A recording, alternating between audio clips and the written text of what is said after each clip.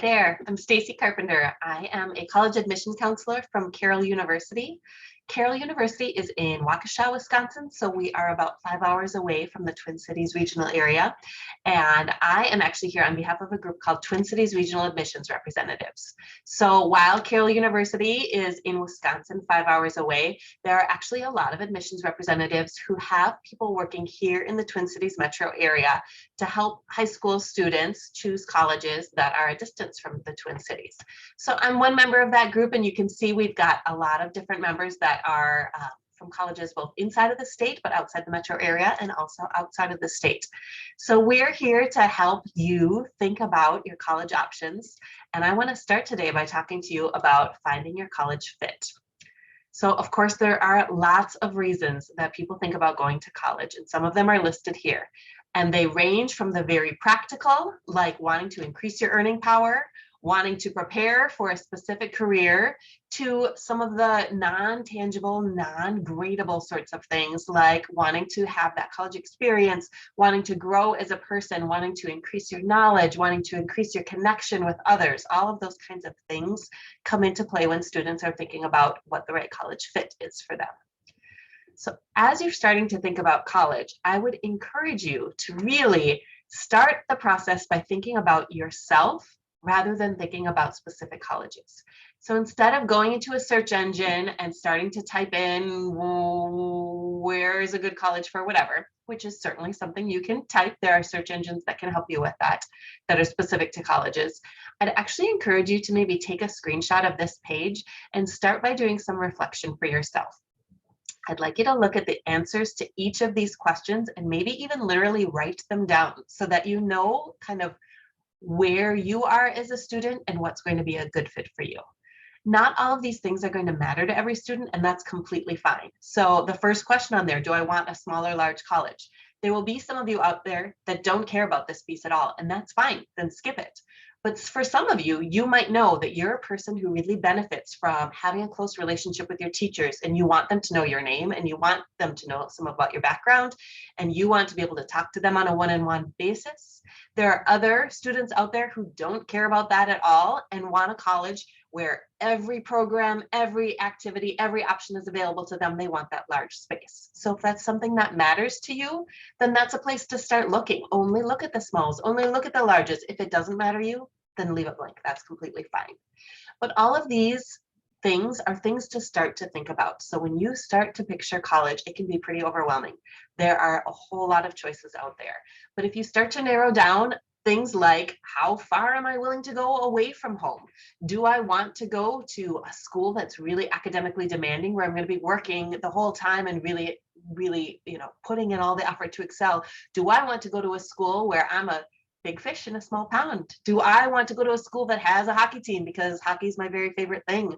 Or does that not matter to me? So those types of things are going to help you just start to narrow your search so that your beginning place where you're looking at every single college that's available definitely narrows in and you're able to start that funnel. A couple of big factors to think about that some of you may have thought about already are 2 versus 4-year colleges and private versus public institutions. So we're going to start with that 2 versus 4-year, and the 2-year is actually kind of a misnomer. So 2 years, you might hear community colleges, technical colleges, those are all considered 2-year universities. But 2-year universities actually have programs that start all the way up from 1 class. So you take 1 semester, 1 course, get certified to do a certain career, and then can go out and do that job. Up to 2 years, and for some students, those 2-year degrees take longer than 2 years. 2-year community technical colleges would be able to grant you the associate's degree, would be the final degree that you could earn there. Some students will earn an associate's degree and then immediately go out into the workforce to begin work, and other students will earn an associate's degree and then use that as the first 2 years of their 4-year degree, and they'll transfer. An important piece to know is that if there are certain jobs that you're interested in, some jobs you can only get the degree leading to that job from a 2-year university. Some jobs you can only get that degree from a 4-year university. So it's something that you're going to want to know. The four-year college or university, you may have heard both of the terms college and university, and I'll just share with you the difference between those. Both are four-year bachelor's degree granting institutions. A four-year college would offer that bachelor's degree, and then college would end. Universities also offer the option of graduate degrees. So a university would have master's degree programs, doctoral programs, things like that. It doesn't mean you need to stay all the way through, but those programs are offered at a university. Another big difference is public versus private colleges. And the big difference between those two is actually in the funding. So sometimes students think that publics are all big colleges and privates are all small, which is not true, or other things like that. Really, the difference is that public colleges are paid for in part by your taxes and the taxes that your family are paying. Well, private colleges are not. And so you'll notice the difference often if you look at the baseline tuition for a public versus a private university. Public universities typically have lower tuition rates, especially for in-state students, or sometimes with something that's called reciprocity for students from states that are close by where they might trade that tax money.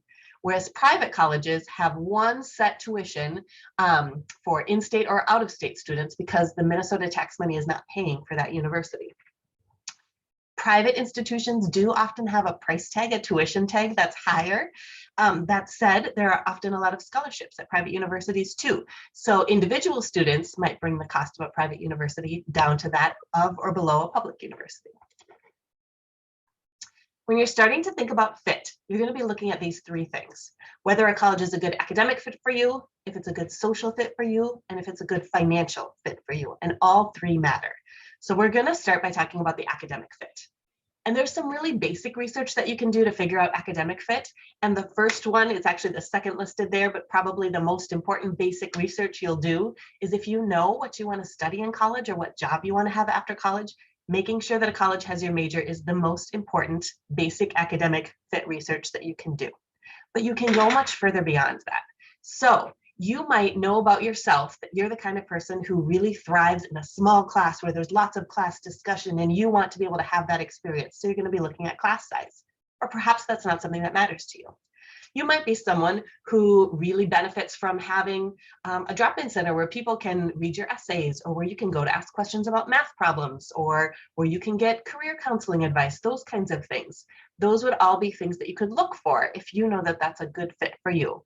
Or even just the classes offered. So every college is going to have their class offerings online, their course bulletins online, and you can look to see, if I know that I'm going to be a psychology major, what types of classes are even available at these different colleges within the psychology department.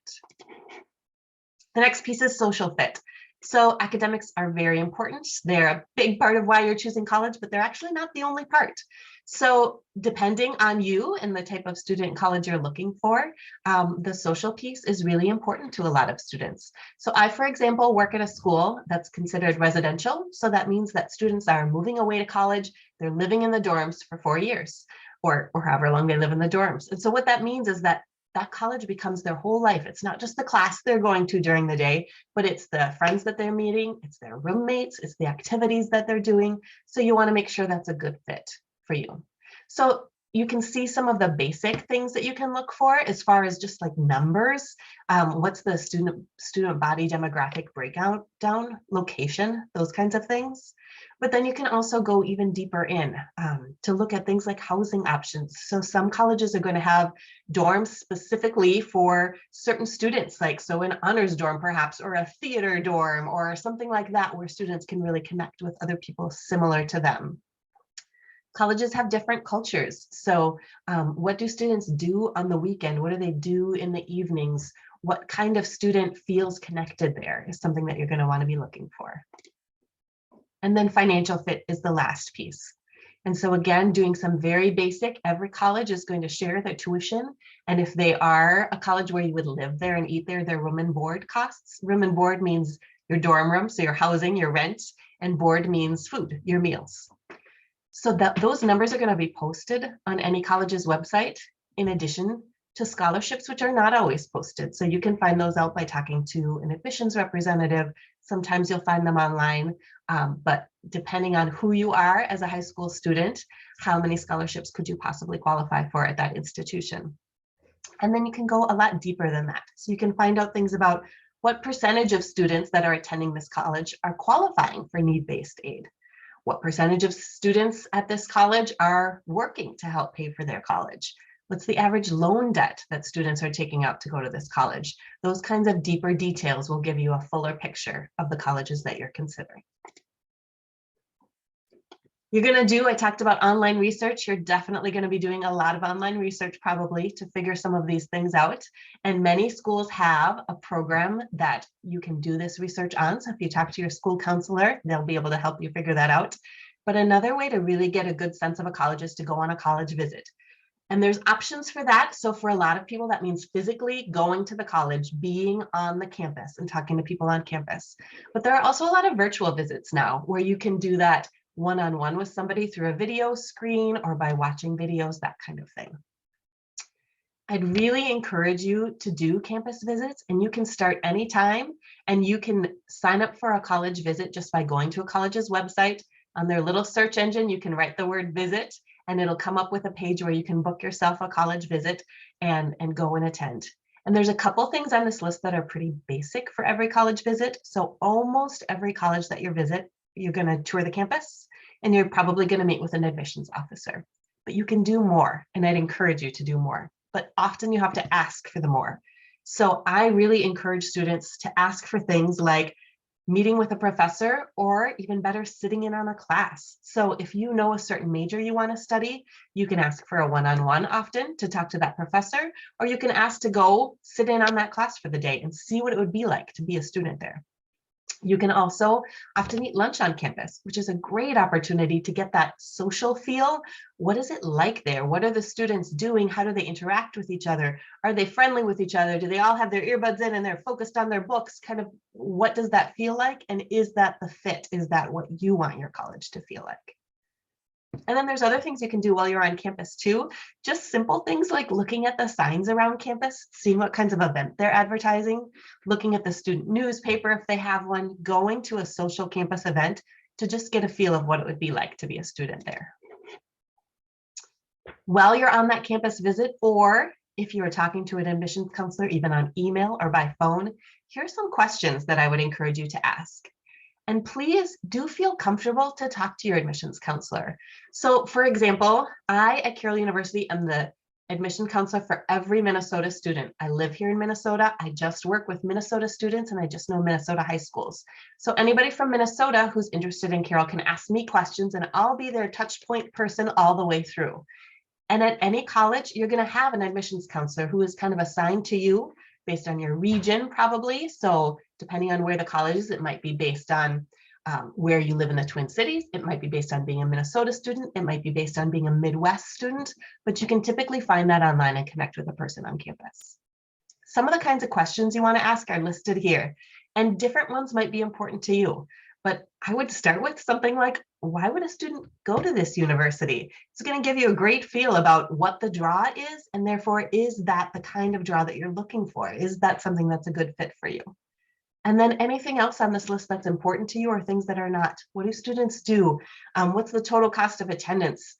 How many students are graduating, and how long is it taking them to graduate? But also some of the things that you can't find in numbers, like how much are teacher assistants used on campus, and what would be the experience like in a freshman class versus what the experience would be like in a senior class?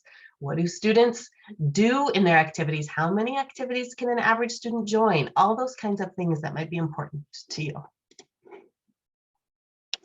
And then just a final thought. So when you get to the point of actually applying to colleges, which will be probably your senior year, the fall of your senior year of high school, typically students are applying to a range of types of colleges. And so those might be considered like a reach school, a match school, and a likely admit. A reach school would be a school that is your dream. It's where you want to go, but you also know it's going to be really hard to get admitted to that school.